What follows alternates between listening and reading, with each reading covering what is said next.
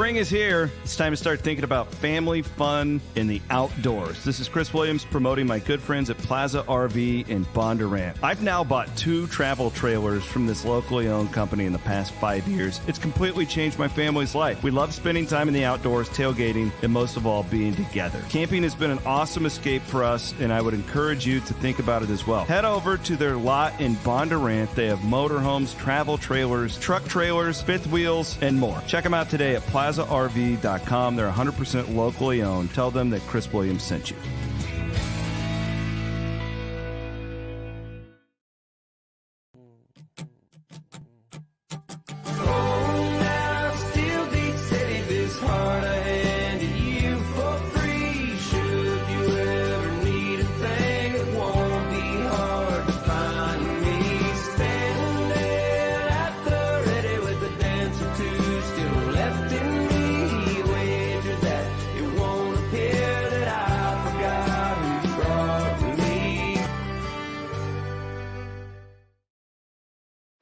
Heartland Flags and Gifts presents Legends and Listeners with Scott Dochterman and Chad Leistikow. Fly 'em high and fly 'em proud. Find your flag at heartlandflags.com. Breaking down the Big Ten from the Channel Seed Studios, this is Iowa Everywhere.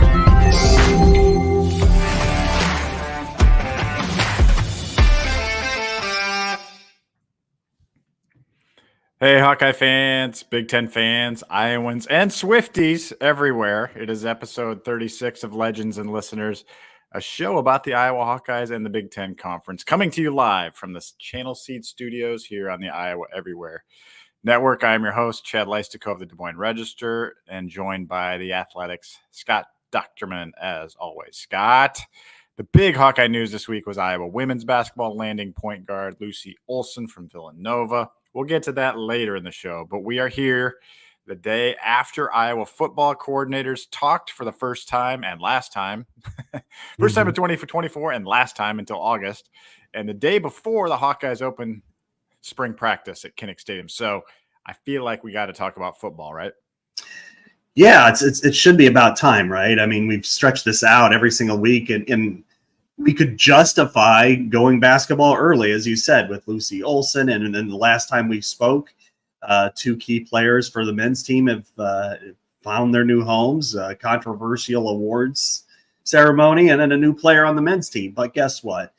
Football still is the straw that stirs the drink, especially now that Caitlin Clark's in Indianapolis. So it's a perfect time to talk football, especially with the spring practice. Not a game, but practice tomorrow.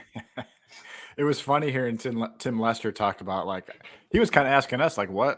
It's not a game, right? Like, how's this going to work again? And he was saying about 20,000 fans. And I was like, nah, won't be 20,000, maybe like 8. Yeah. But anyway, we heard from Tim Lester, Phil Parker, and LeVar Woods on Thursday in that order. Of course, Tim Lester has to dominate this conversation. It's the most interesting thing. It's the thing everyone wants to talk about. It's the stuff we're most interested in, Scott. So, and I know you wrote a nice article about that today on The Athletic. Before we get to like specifics about the offense, et cetera, what have been kind of your early vibes of Tim Lester thus far? It seems like the players have taken to him. That it's a different voice. He brings a different energy. And it seems to me that the players are willing to accept it because they understand what they went through last year. And obviously we all saw it, but it's worse for them than it is for us, Chad. I mean, you don't go out there hoping to, I hope we score 7 points today and win. That's just not part of the deal. So I think that there seems to be an energy, especially among the skill position players, that things have changed and things are going to get better. And I really liked what he had to say. As far as, and then talking to the offensive line, because that was one of the areas I was most concerned with, that they seem to be taken with it too, because they understand some of the, whether it's eye candy or what have you, a lot of the motions and trades and stuff before snap and even at the snap helps them get to their spots. And that is critical when you're talking about running the football. And if it makes their jobs easier, they're all for it. They don't have to change their fundamentals, just basically help slow down the defense and how they pursue. and then it helps them get to their blocks. And then maybe they'll look a lot better if they can actually get to the chance to not be behind the defender before the ball gets there.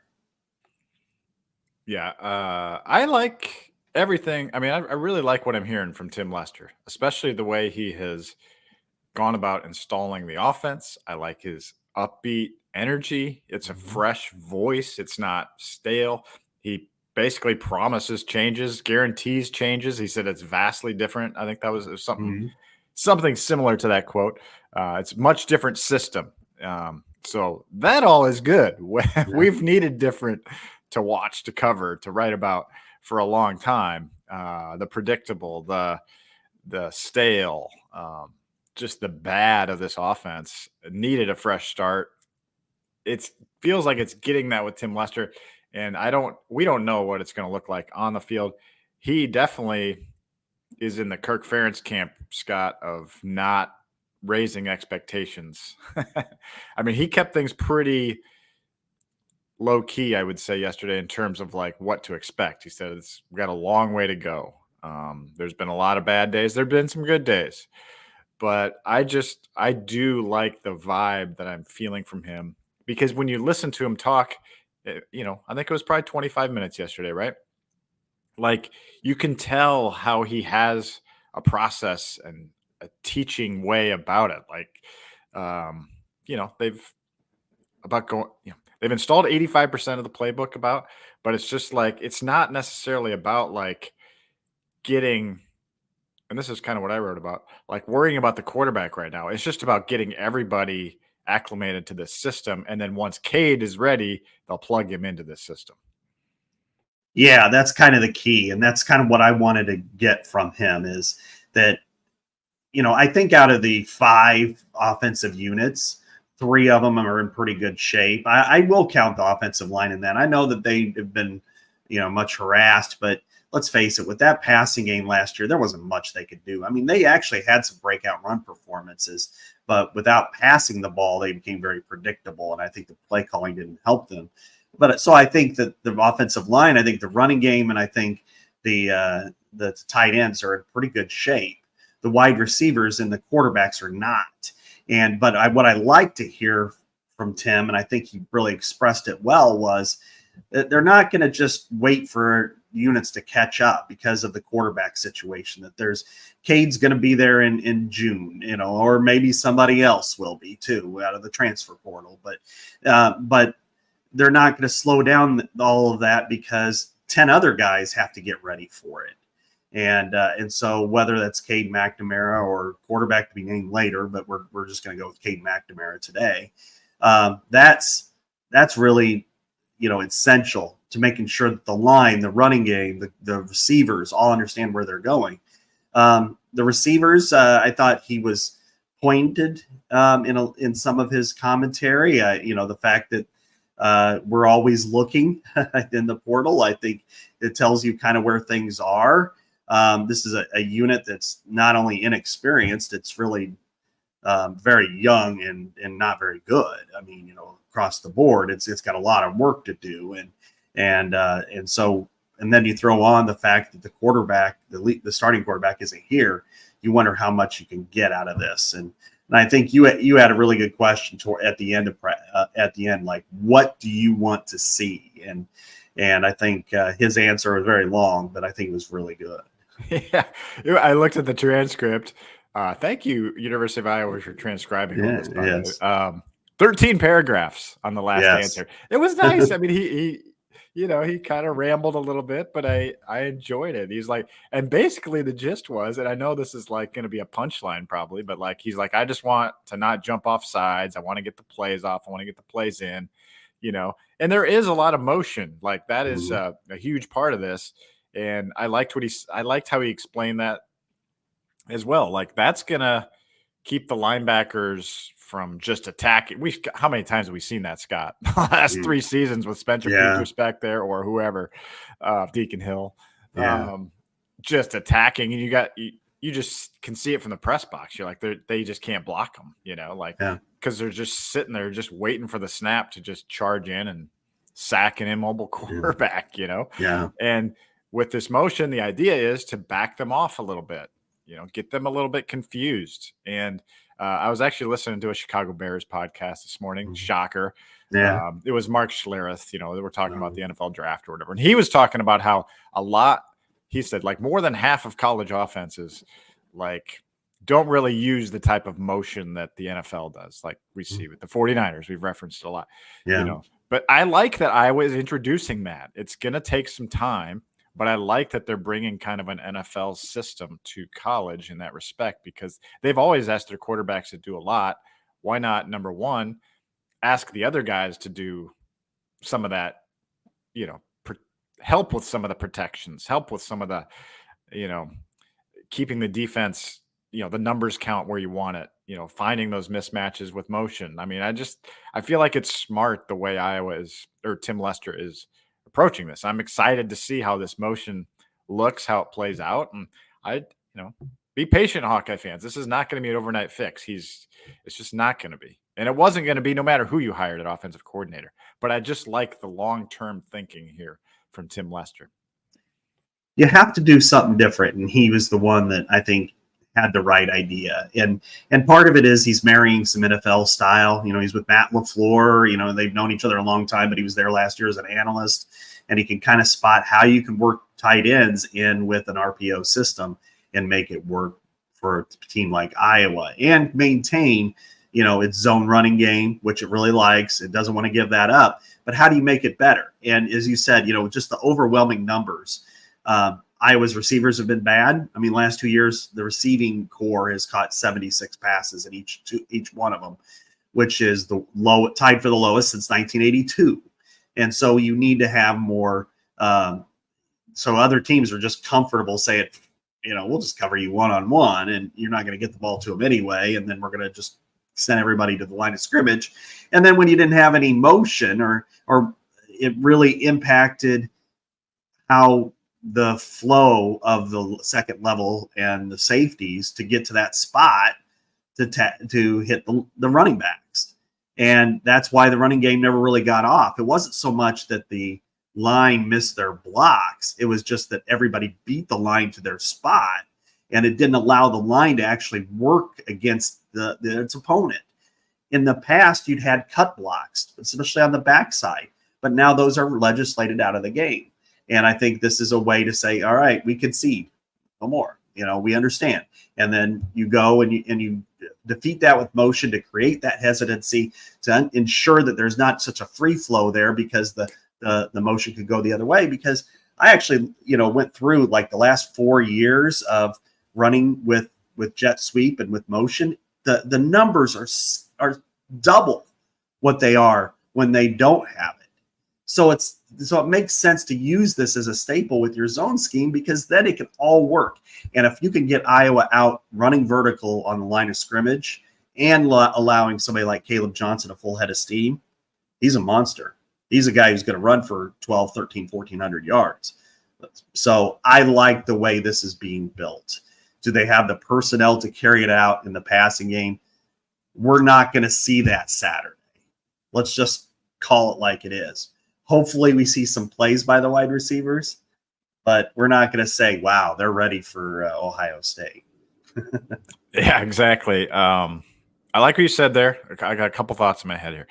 I like what you said. You're talking great commentary there. I like what you said about the running backs, because I think all of this eye candy and stuff, and this talk about downfield passing, et cetera, is actually all helpful to that running game. Like you said, that you can't just go totally crowd the box and just make it impossible to run. You have to respect, if I was going to put motion, you have to, you can't not follow that motion or account for that motion. And if I was going to take some shots downfield, you would think that would loosen things up quite a bit. Now I do want to at least push back or have a conversation about how bad have Iowa's receivers been. I'm just seeing Tyrone Tracy Jr.'s being discussed now as possibly a day 2 pick. And they just didn't use him. There's still like a lot of just befuddling usage of talented receivers, I felt like, that were in the program. And that even includes Amir Smith-Marset and Brandon Smith. They, down this, who were really good receivers, and they did use them, but I don't think they used them enough. I just feel like the system was not, set up to succeed. That's kind of what I'm gathering from some of this Tim Lester stuff. It's like, I mean, if he's junking a lot of what Iowa's done, like that's a sign that it was broken. I mean, we saw it, just that Wisconsin example still sticks in my head. The jet sweep with Zach Ortworth out blocking. Yeah. Like, what are you doing? Mm-hmm. What are you doing there? Like, how is that your play call? I mean,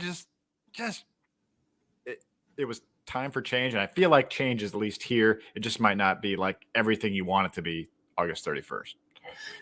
Oh, for sure. I mean, there was the scheme was outdated. The play calling wasn't very good. And then there was a lot of situations where it was like, well, we'll just have, you really didn't take into account the people that were involved. You mentioned the jet sweep with Nico Ragaini behind Zach Ortworth making his first appearance in a game. He's a true freshman blocking a senior linebacker on 4th and 1.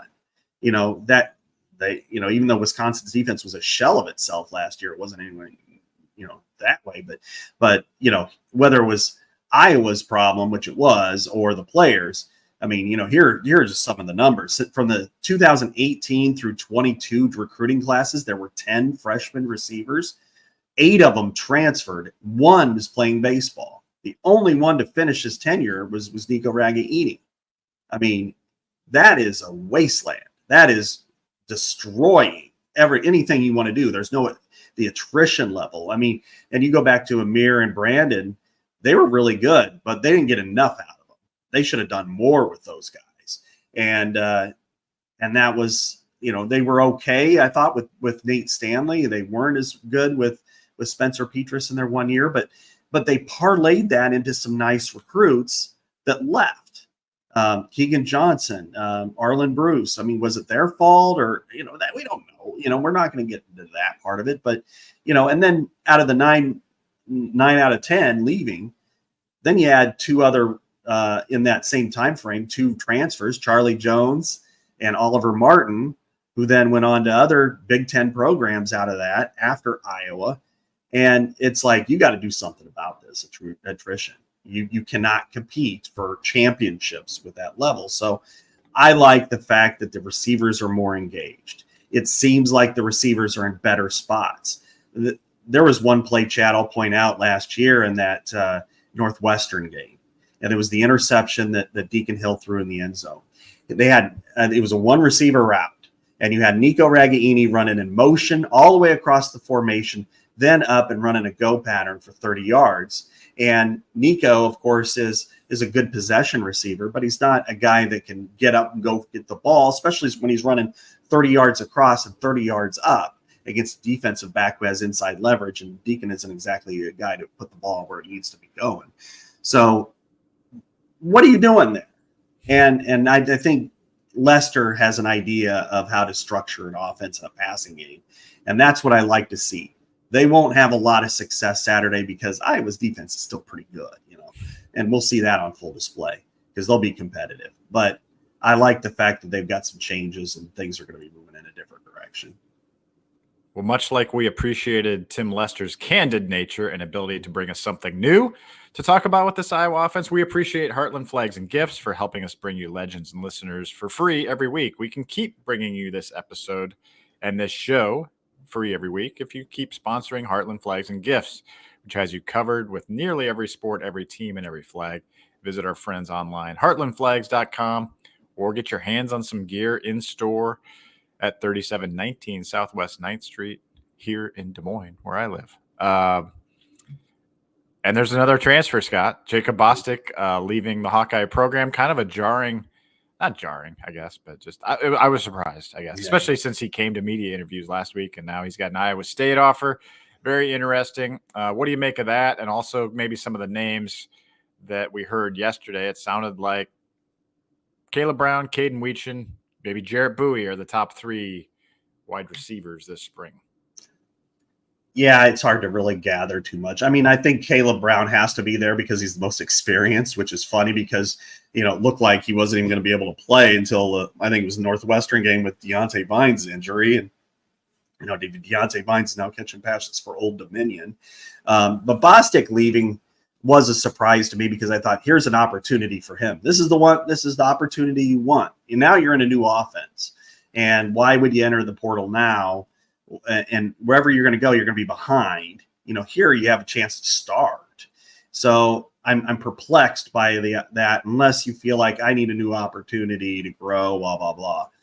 All right, fine, whatever, move on. And I know Iowa State's prepared to take him, and if he goes. So that would make for an interesting Cyhawk sidebar, I suppose. But it's not like Jacob Bostic caught a pass last year. So, it's just weird. But, and then, they're now at 89 scholarships. So, how much of that can you massage it through the collective? That's going to be interesting. One thing a theory that I had is, if they go out and get somebody who's like experienced MAC level, who's not getting a lot of offers. And if you could kind of say, look, our collective will make up for your tuition in the fall and room and board, and then we'll put you on scholarship in January because they're just going to have an exodus of epic proportions in January. If that might connect a guy or two to get to Iowa, you would hope a Charlie Jones guy, but realistically, hey, it's just like a scholarship. You're just getting it from a different pile. I think they need to do that in the receiving room, and I'm fully advocating getting another quarterback. They have to get another quarterback. I don't think there's really any question in my mind because if Cade can't play, you cannot have what you had last year. And I'm not going to go out and blast Deacon Hill. I'm just saying you just can't have that. Yeah, that's exactly where I wanted to take the conversation next, Scott, because that was the main thing I wrote about. My colleague Tyler Tashman wrote about kind of the general offense. I know you wrote about a lot of different things in your article. It was really good. I focused on what he said about quarterbacks because I know we talked a little bit about it last week. People are like bent out of shape that Deacon Hill's getting the 1 reps, but if you read between the lines, you read everything he said, because I even asked him, like, have you seen enough to feel good about where you're at with the number 2 spot? I didn't answer the question. Mm-hmm. So in other words, no, yeah, we're not. And, the portal is open. The portal is open. So as soon as somebody enters that they want, they're going to go after them. And I believe, I think Iowa Swarm is ready to as well. So they need that not just for this year, but potentially for the future. I mean, even if Cade is what you think he's going to be, this is it for him. Yeah.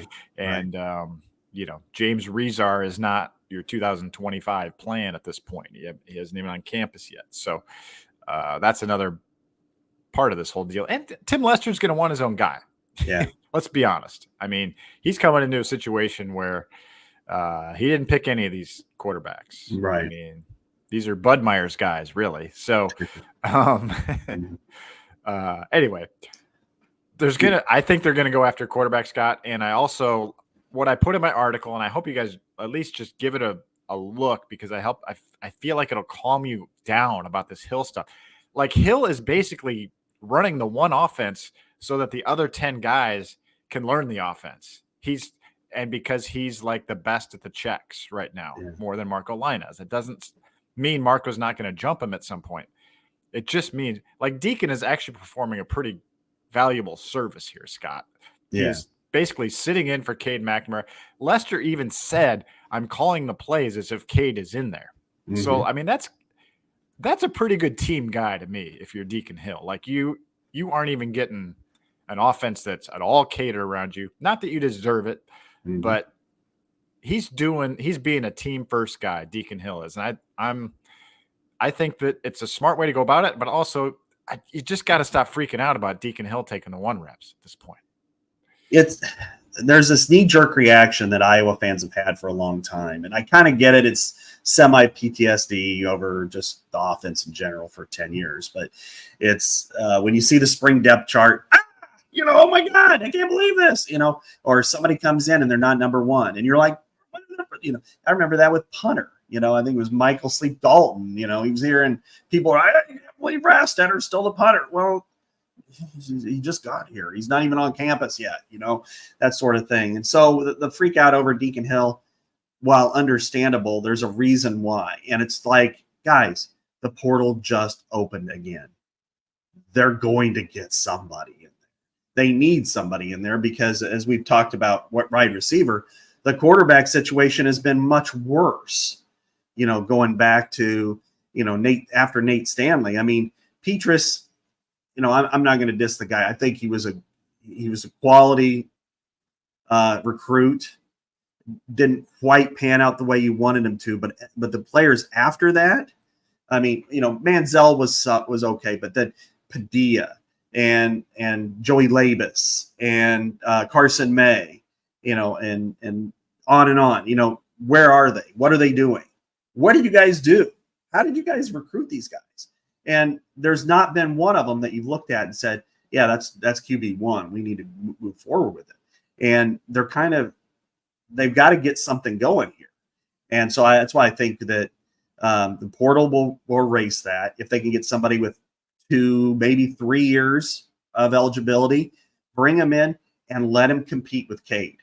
Cade doesn't deserve to be, number 1 up here. He hasn't done anything at Iowa. Yeah, he did at Michigan. He's come in. He deserves to be the incumbent, but that's it. Right. He hasn't led Iowa to anything. So I think, and if Cade's the best guy, let him play. If he's not, let him sit, and see what he does. So I think bringing in competition at 1, certainly to be the number 2, is absolutely essential for this program to put itself in a position to where it can compete for a playoff berth, because I think the defense and a couple other aspects on offense make it so.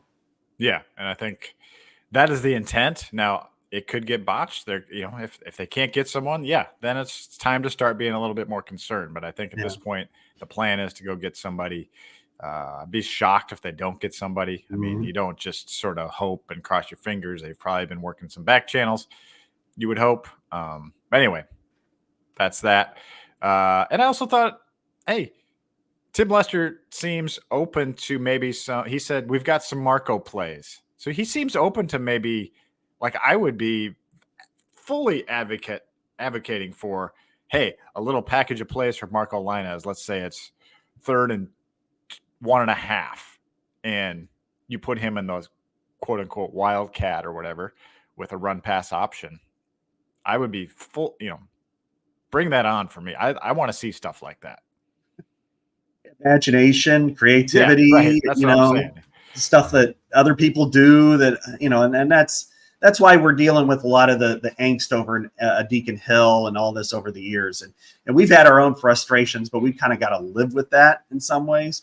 But the fans don't, and I understand it. It's like we're seeing the same thing over and over and over and over again, and we can't get out of it. And so to see any change, I mean, I remember Marshall Kane took a fake field goal in the opener in 2015 and got tackled on 4th down, and people were on their feet cheering because it was something different.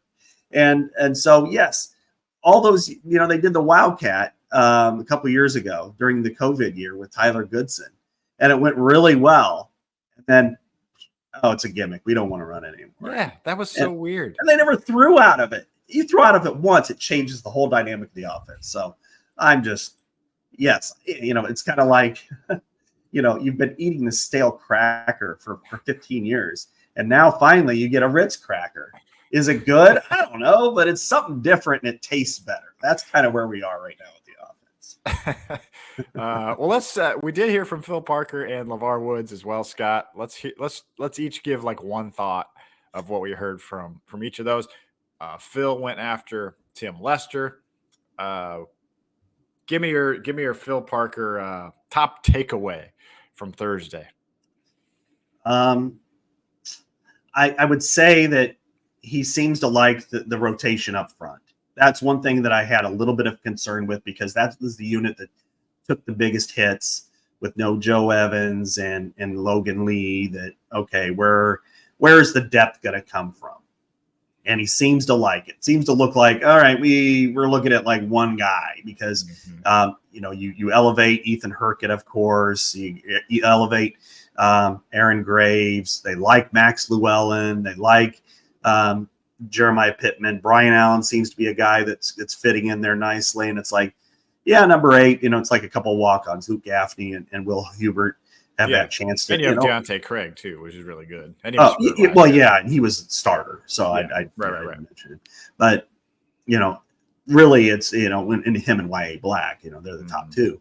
But the fact that they feel like they could go 8 or 9 and be okay, and maybe it's just gaps, 7 to 10 snaps a game for some of those guys, that's fine with them. So that's what I took away from, because that was the only area where I'm like, I wonder how they're going to be. And it seemed like he was pretty set there. Yeah. Phil's like, we'll find a guy. Like, that's like, okay. I believe you. I believe you. I believe you. I believe Kelvin Bell, Jay Neiman, Seth Wallace. Very confident there. And I still am a little concerned about D tackle. Just don't love the depth there. But again, we're quibbling. It's not like that's not like the offense conversation where it's like, they don't have quarterback, don't have receivers, and line was suspect. It's like we're looking for a 4th D tackle right now. So, but I'll go with the Phil surprise, Zach Lutmer, the new name. There's always a new. I was trying to think back, Scott, to like who are some of like the little Phil drops we've gotten in the past. I feel like Geno Stone was one of those guys. Like maybe I feel like Hooker was in like this guy Amani Hooker. He's pretty good. Like he always drops somebody.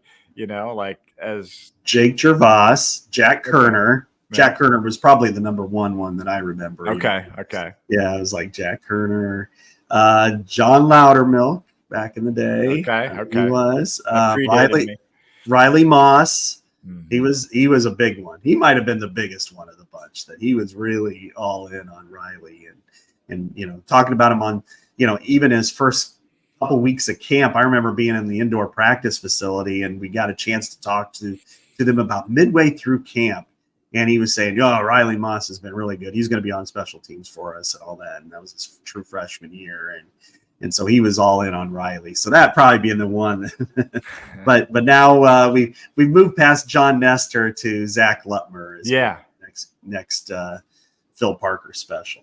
Well, and that's what a good program does, is they have depth waiting in the wings. I mean, you think about, potentially, if Xavier Wampa goes pro, I don't have any idea if he will after this year, but he could.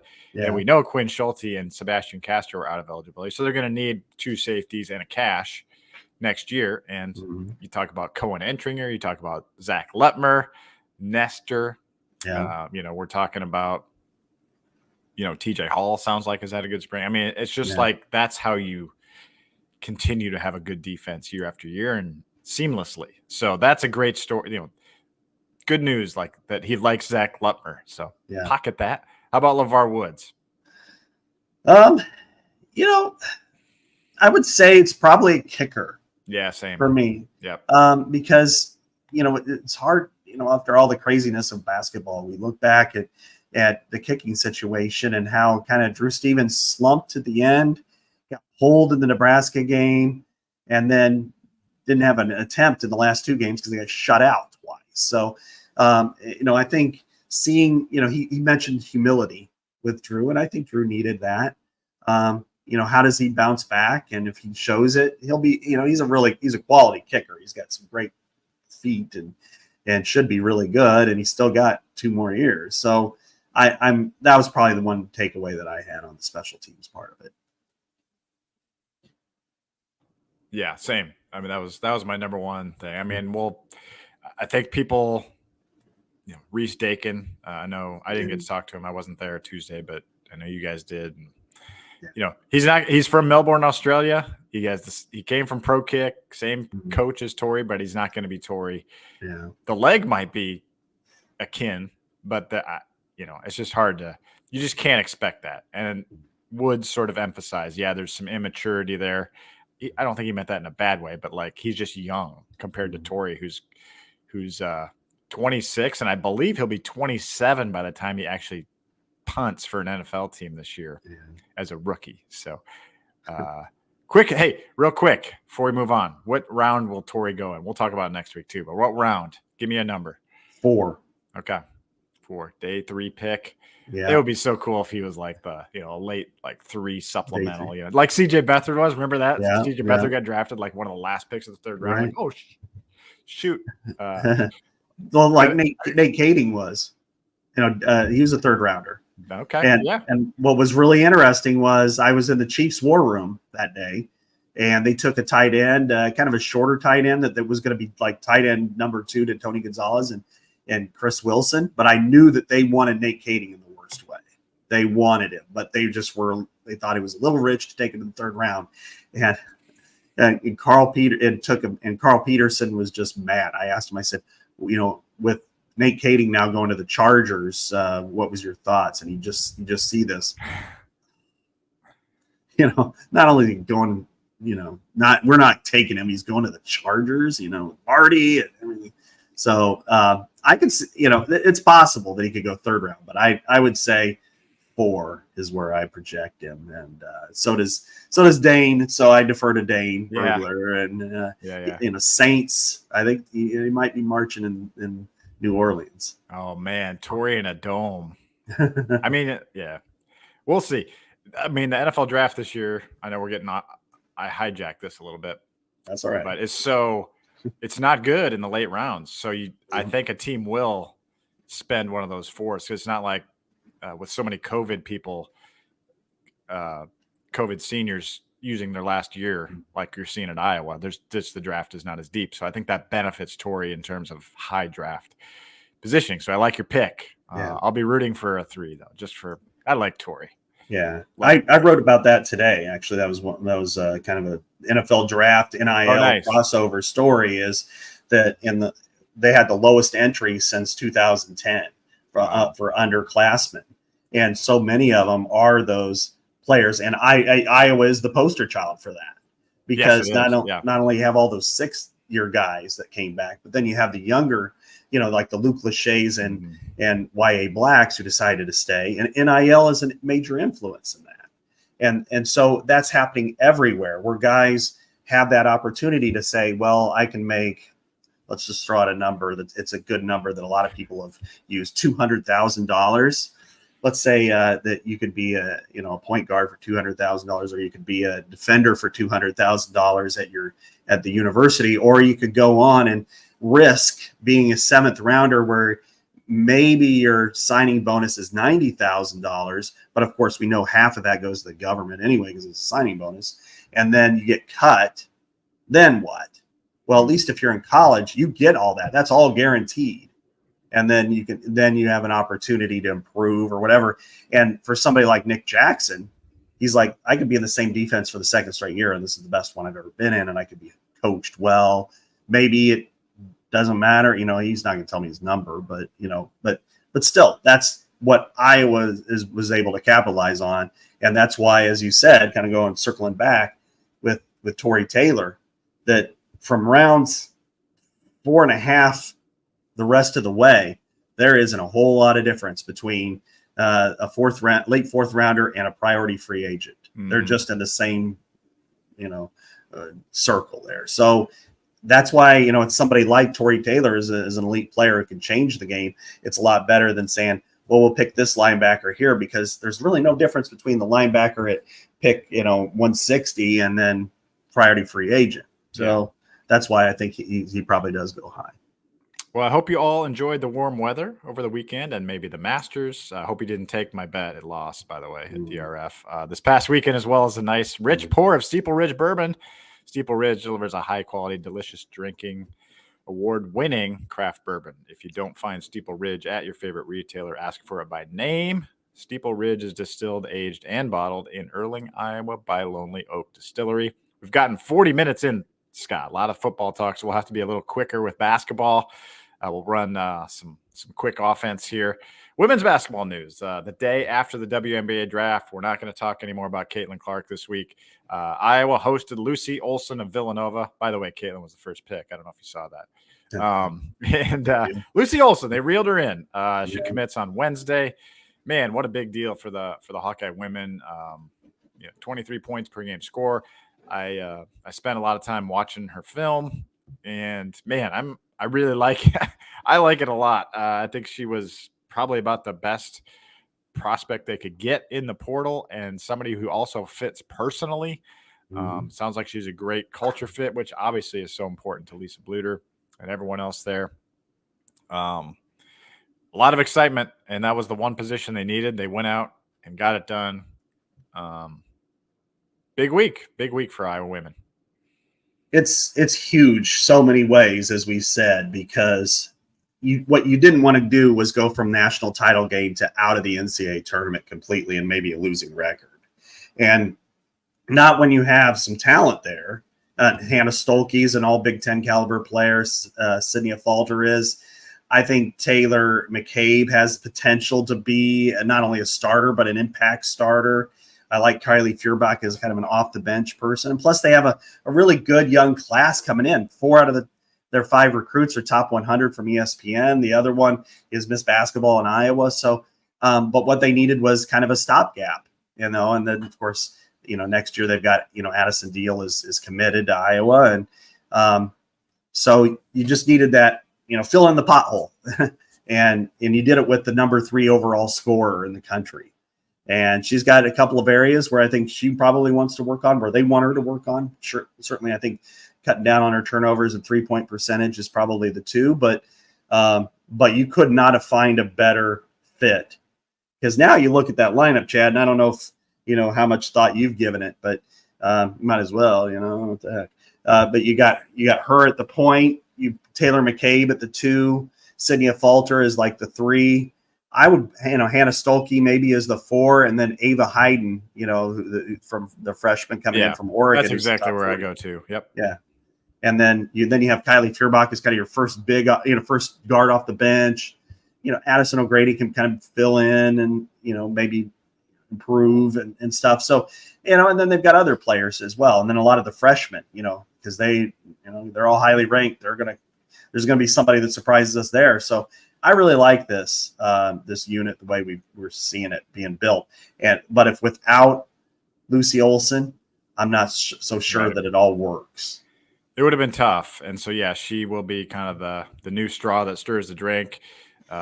She's a high scorer, but she can do other stuff too. 5'9", really good player. Let me read an email I got from somebody off the story I wrote yesterday, just because I feel like it's going to capture everything perfectly, and then we can move on. He said, I enjoyed your article on Lucy Olson. I am a Villanova women's basketball season ticket holder, and Iowa is getting a great player. Honestly, Lucy should have been considered for Big East Player of the Year. Compare her stats to Paige Becker's, and Lucy beats her on almost every category. Plus, Villanova has nowhere near the firepower as UConn. Interesting enough, Lucy's mom grew up in Norristown, the hometown of Gino Auriemma. Lucy is a wonderful kid, always a smile on her face, but she is competitive with heart. We are sorry to see Lucy go. She has been a joy to watch. Villanova's loss is certainly Iowa's gain. Go Hawkeyes. So, what a fan, huh? Yeah, that's a. But I think that gives you reassurance, like just from somebody who's seen her play a lot. Like she's legit good, and I think I don't want to get people's hopes up too high. Like they're probably not going back to the Final Four. Probably not. Yeah. But they're going to be exciting. I think we'll see. We'll see how good she is here, but also exciting. And it helps Aaliyah Guyton. I mean, terrible luck with a torn ACL her senior year. She was going to be, getting those point guard reps potentially this year. So it allows her to recover at her own time frame as well. And I really like Taylor Stremlow coming in too. I think she's going to be an instant impact. They got a good freshman class coming in. So anyway, men's basketball. Do you want to talk about women, or you want to go to men? Oh, I think you were good. Yeah. Yeah. Okay. The men's basketball team, Iowa men, pulled in a transfer of their own in 6'3" Morehead State guard Drew Thewell. He has big assist numbers, Scott, and it sort of seems to be a 1-for-1 replacement of Tony Perkins, who all of a sudden is leaving on like a little bit of negative terms and kind of like burning some bridges with Hawk fans and vice versa on the way out. So kind of a weird end to the Tony Perkins era as he goes to Missouri, a team that was 0-18 in the SEC last year. Yeah. It's been a really interesting route because I think a month ago or so, maybe 2 months ago, you look at Tony Perkins and he was considered, a really, top shelf guy on this roster. And then, he slumped late. Part of that was he wasn't 100% on the floor, but it just still you're out there playing, and it's hard to you can't just make excuses for the guy. And but then last week at the PCA meeting, what Fran McCaffrey said was, he's got a market value of around $500,000, and basically implying he's got to leave, for the money, and we can't afford him, which is kind of a back slap at the collective or fans for not giving him that kind of money. And then it's also a slap at Tony for leaving for the money. And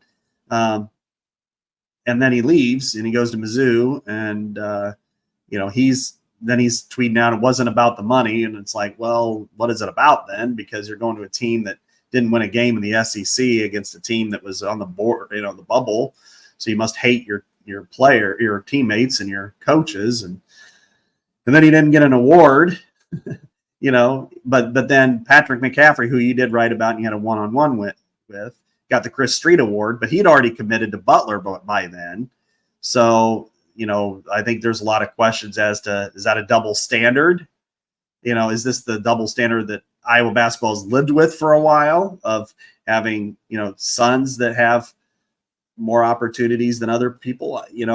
There's just a lot of questions and speculation, and these types of situations really drag it out. Yeah, and I think we both can, Tony says it wasn't about the money.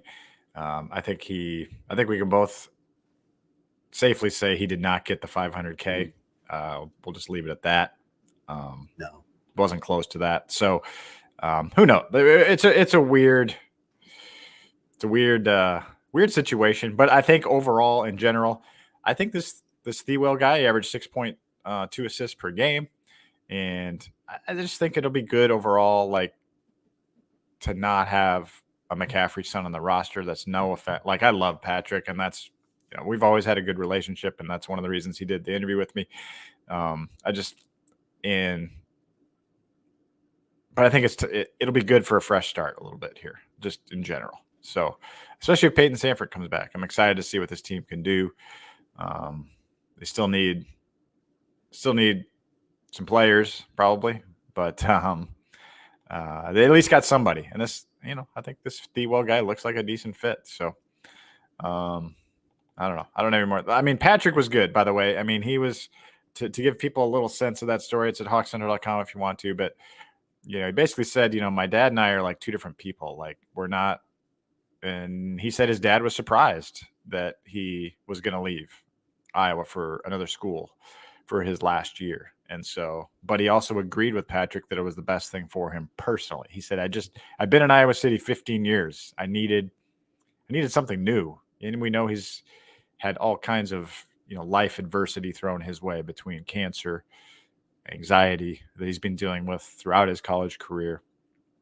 A fresh start is good. And he gets to go to Butler, which is where his brother works. So he's going to have a support system. The town where his brother works, in Indianapolis. So he's at least going to have that support system as well. He loves Thad Matta. So that's that. Anything else? What else, Scott? Yeah. I think it's, for Patrick, it's a good thing. And I mean, thinking back to the,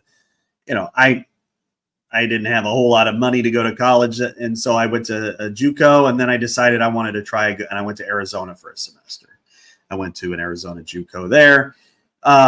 It was a neat experience, but you just, sometimes when you're young, you just want to go out and do something new and different. And I understand that. And it is a fishbowl in Iowa City for anybody. And especially if you're, the coach's kids. Now, the one thing, I think it was Greg McDermott maybe who mentioned it. It might've been somebody else, but he said, if you've got a kid who can play, you either want to be the best or the worst, because then it's easy. It's an easy decision. But if you're not, then it's difficult, because then you look like you're playing favorites and you're changing, and that that's very much the case, unfortunately, with Connor and Patrick, because, Connor, whether he was injured, he's a different type of player. I think true basketball purists can really respect what Connor brought.